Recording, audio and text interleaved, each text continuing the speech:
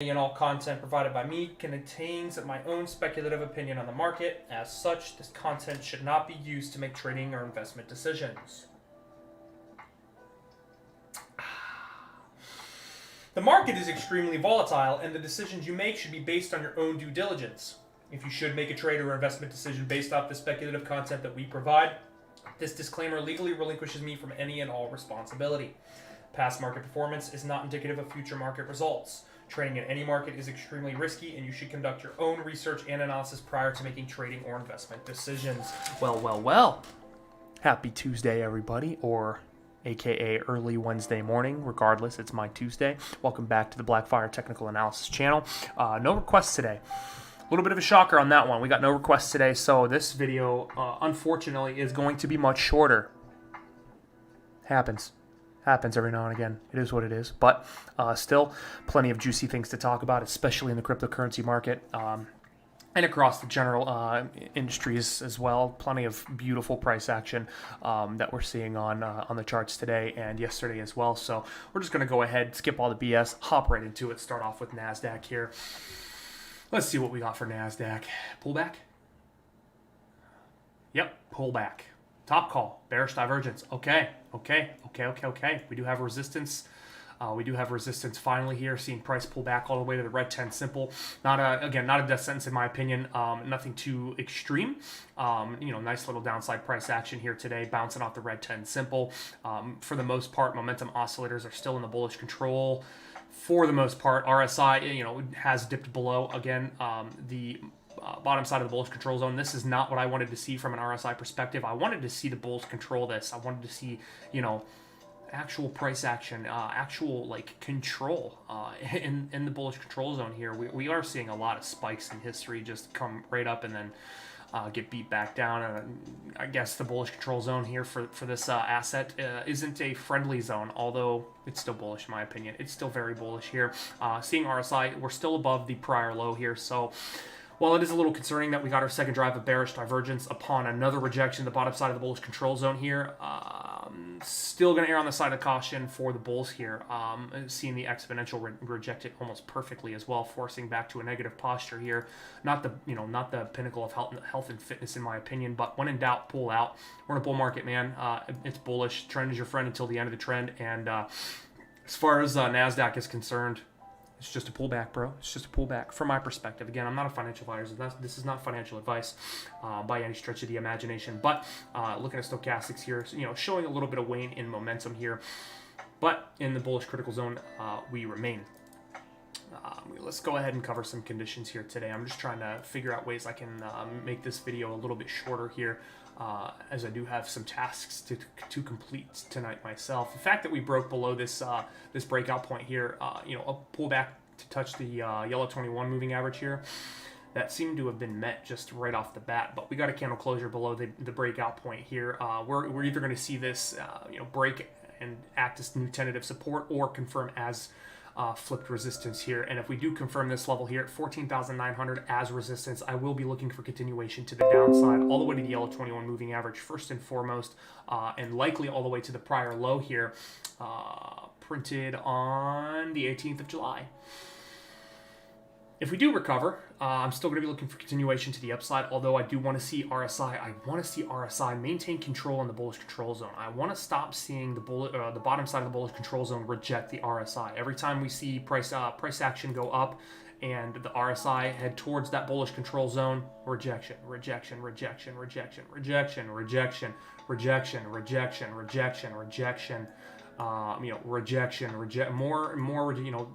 This isn't even sustainable. Rejection. So many freaking rejections of the bottom side of the bullish control zone. It's almost disgusting. So if we are to see, the bullish trend continue onwards and upwards long term, I want to see the RSI kind of, gain bullish control for fucking once, right? For once in its miserable life here, I want to see the RSI have action in the bullish control zone for some time. Stab into the critical zone would be beautiful with some upside price action, but it is what it is. Take it with a grain of salt. This is kind of how I'm looking at NASDAQ. A little bit of a pullback. I do think a little bit more of a pullback is is on the deck, in my opinion. Again, if we do confirm this region here as new tentative resistance, I'll have no choice, per my own classical technical analysis rules, to look for the next level as a possible test, and that level is 14,710, give or take a few, pennies, a few bucks, whatever. That would be the level that I'm looking for. Anything lower than that, I'm going to be looking for the low here to be targeted. But at the end of the day, let's make this less convoluted here, right? Let's simplify it. From a more conservative standpoint, I'm already looking for a pullback all the way down to the bottom side here, unless we get a higher low within this region to confirm.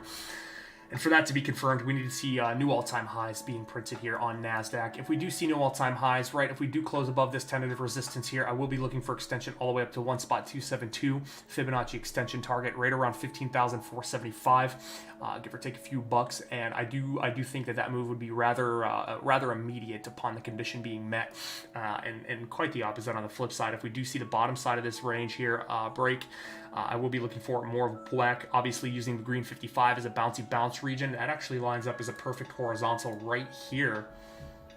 Boom. That would be my next lookout for downside price action. And if we hold there, we'll come back and reassess. If it breaks here, the Cyan 89 will be the next target to the downside from my perspective. And a little hindsight trading. Obviously, I'm finding more ways to simplify this. So all the convoluted horizontals I'm trying to eliminate for a simpler perspective here. And I do see resistance here, and this is definitely indicative of potential consolidation, especially because historical volatility percentile is so crushed right now. That's always an indication for my perspective that consolidation could pop into place at any time. So that's it for NASDAQ. We'll see how SPY futures are doing here. Same thing, nice little pullback, except this one's not as strong to the downside. Still RSI just rejecting. Look at all the times we've seen stabs at the bottom side of the bullish control zone, right? From an RSI perspective, this defeats the purpose of the more times you stab a resistance, the weaker it becomes. I mean, how fucking weak is this resistance then? Obviously, it's not weak. I don't know what it is. I don't know what it is with the traditional lands. Looking at past price action history, right? We never really see RSI take full control of the bullish control zone, right? We always just see like stabs in, death, stabs in, death, stabs in, death, stabs in, death, test. Maybe it's just maybe it's something I don't quite understand yet. Maybe it's something I do have to do a little research. I am curious as to why we don't see the big three ever really maintain control in the bullish control zone. We see that in cryptocurrency land all the time. RSI on Bitcoin can enter the bullish control zone and stay in the bullish control zone for quite some time, whereas in traditional land here, we get all these stabs and attempts that just end up rejecting at the end of the day. Maybe that's a really good thing to jot down for traditional land here.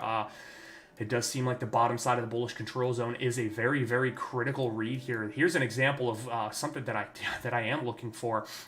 Maintain some control in the bullish control zone for a while, but it looks like it's a little bit of a bear market right here. But something to consider, something that I can jot down to maybe do a little bit more research. I am now just noticing that. That read here, it seems to be a very, very critical read for the RSI on, specifically on the big three, Dow Jones, SPY futures, and NASDAQ here. I just kind of picked up that RSI really just stabs the bottom, barely breaks the bottom, and then just falls right back to the downside. So maybe that's a critical indication of potential trades in the future. I'll have to do some research on that. I'll get back to you guys. But nonetheless, RSI coming down a little bit. Forcing that exponential to a negative posture, albeit it's a little weak, especially with the weak downside price. And this isn't even considered a top here. This is just a little bit of a pullback, potential test of support. If we do get a closure above this region here, I will have confirmation once again that this is support, and I will look for a move back to the top side of resistance at 44.16. Any closure above that region, I'll look for the 2.272 Fibonacci extension target over time at 47.67, give or take a few bucks, to be the next target over time. And that one would take obviously a lot more time to play out, in my opinion. I'm taking a drink.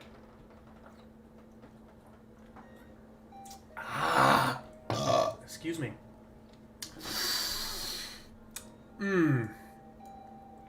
for now. You know, we can see a little bit of consolidation within this region. We obviously got proof of consolidation after all-time high and a little bit of a pullback. Maybe we see that again. A little bit of consolidation. Maybe a pullback to this low here. Confirm a higher low. Once again, excuse me, hiccups. Ooh, they just set in. That and more to the point here, the long-term structure from a stochastics perspective still remains very valid, you guys. You know, we got this 1, 2, 3 point here structure that that could still play a critical role in price action movement here, as well as this 1, 2, 3 touch trend line, diagonal trend line to the upside that could play, in my opinion, a less key critical role. You know, if I am going to be looking for pullbacks, this would be like from a stochastics perspective, this trend line would be the first target, and if we break that, this would be the next target. Breaking down below that ultimately might end up you know, forcing price action further to the downside, but pullback.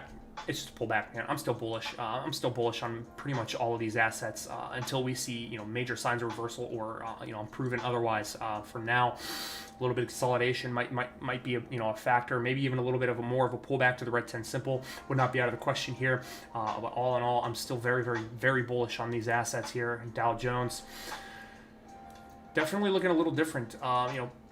You know, testing the bottom side here, testing the red 10 simple, bouncing back up, closing above this region here, confirming it as support. So we do have our third candle closure above this region. I am looking for continuation on this one, of the 1 spot 272.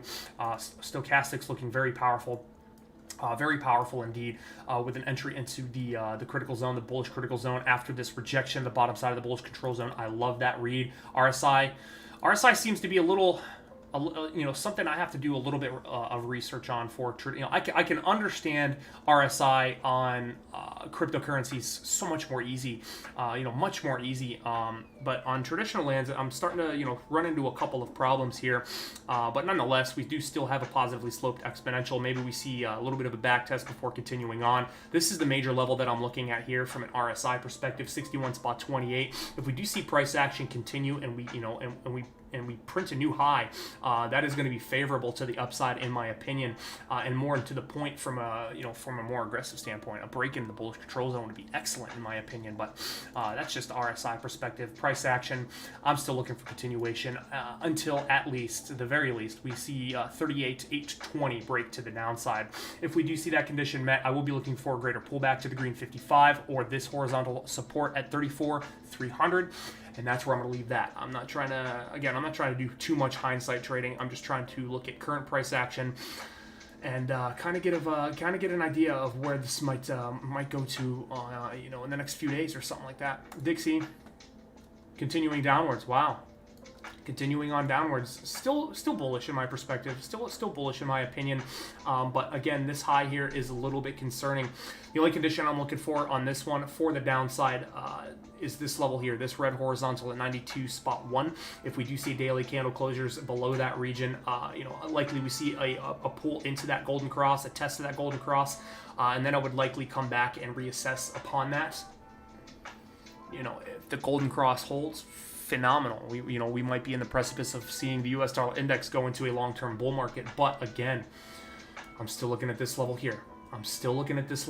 Yes, from an aggressive standpoint, we do have a series of higher lows. Boom, boom, right? We have our 2 higher lows. I need to see another higher high. This is not a series of higher highs. This is a macro high, followed by death, followed by a potential lower macro high. We're seeing a bunch of bearish divergence here play out on the RSI. This one a little bit easier to read. Another rejection at the bottom side of the bullish control zone. Not good in my opinion. Not good. You know, it's rejecting, and we actually rejected the negatively sloped exponential as well. I like that read. You know, downside price action from my perspective is expected. Again, if we do see this candle today close below the yellow 21 moving average here, that will be a resistance point for this price action, in my opinion, and I have no choice but to look at the next level to the downside, which would be this region here at 92.32. Followed by this region here at 92.22. But, you know, if we close below the yellow 21, I'm likely going to be looking for a move all the way to the green 55, maybe test that golden cross to see if it holds as support, and if it does, phenomenal, and if it doesn't, then my previous bearish bias will remain absolutely bearish, because this is not an uptrend. It's not an uptrend. I don't care what anyone says. It's not an uptrend until we get confirmation of another higher high, right? We got a high, right? We got this high here, but what, where's your higher high? This is not a higher high. This is a lower high, actually, as of late. Series of higher highs in this little formation here. Yes, that much is confirmed. However, this high in conjunction with this high, it's a lower high.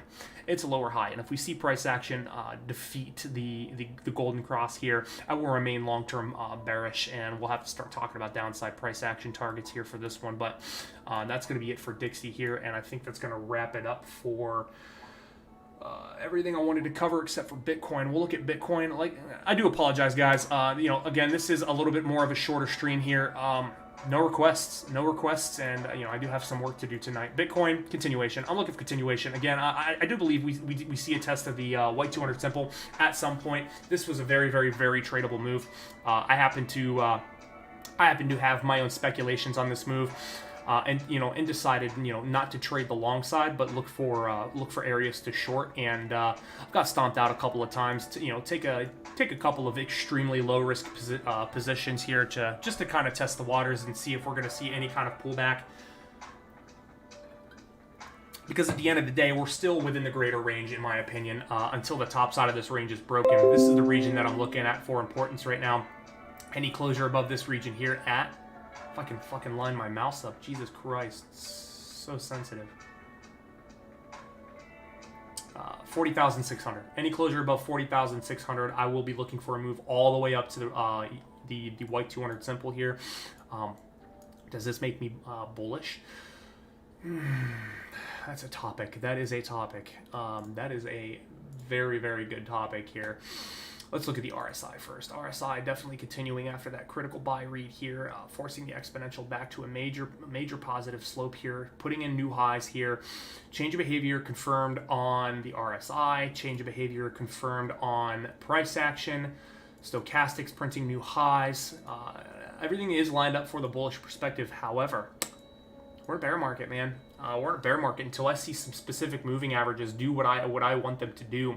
And for confirmation of a bull market, I need to see a golden cross. Now, we went back in price action history in the past, and we'll go ahead and do that now. Just to identify a couple of examples here of kind of my perspective, what I'm looking at here. This is just a one-off example of where the death cross didn't last long, right? We got the coronavirus crash here. Let me make that a little bit bigger here.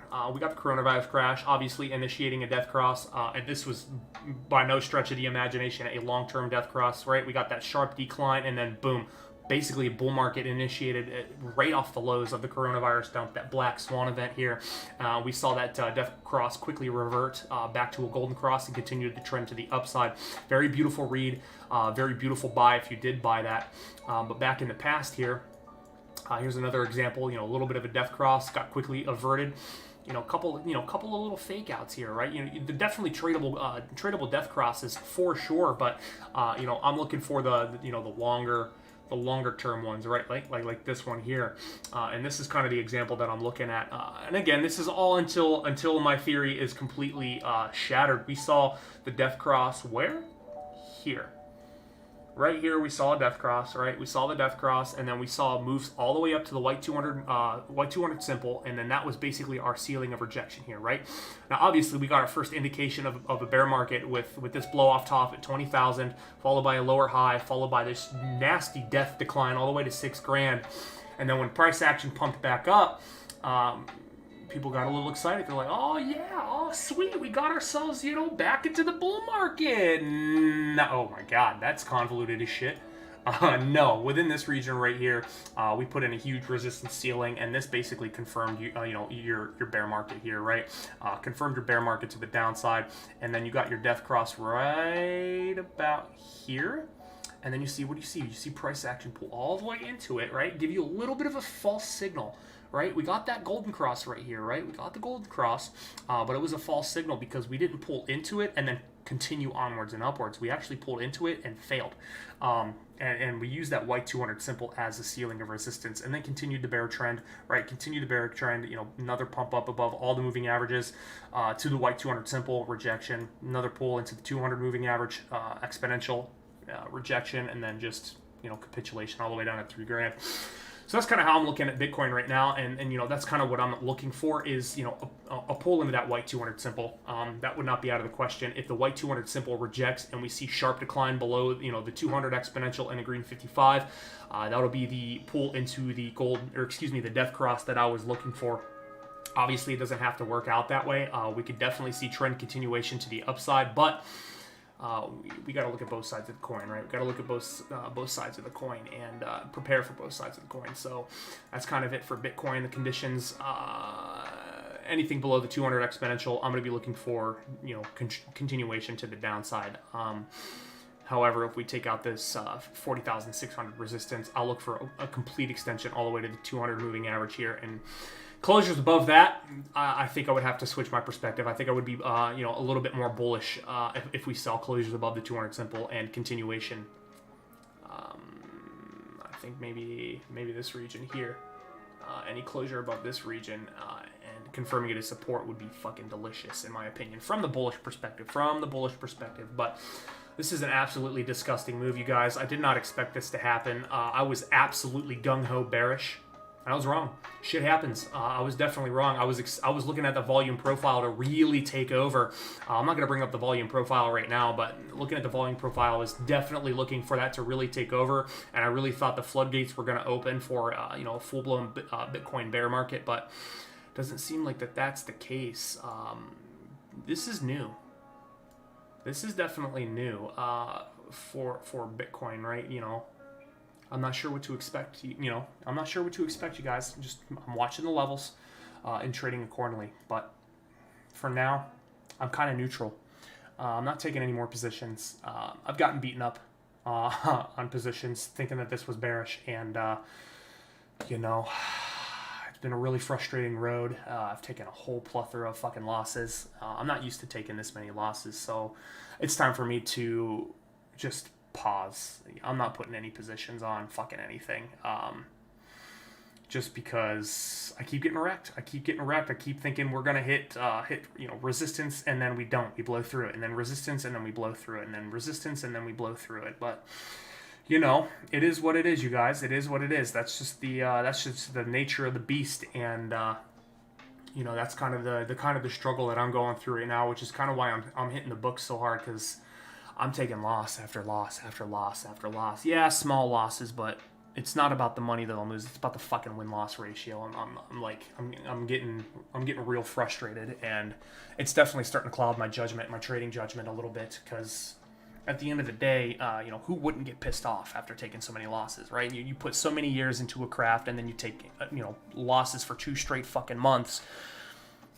It's going to get frustrating. So, you know, I'm taking a little bit of a break, focusing on a couple of other things that I want to take care of in real life first, and then I'm going to hit the books again and figure out the fuck I'm doing wrong, because it's not working for me.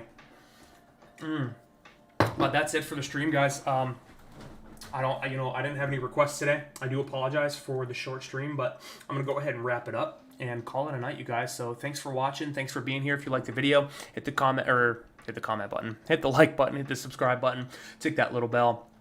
And until next time, everybody, stay safe.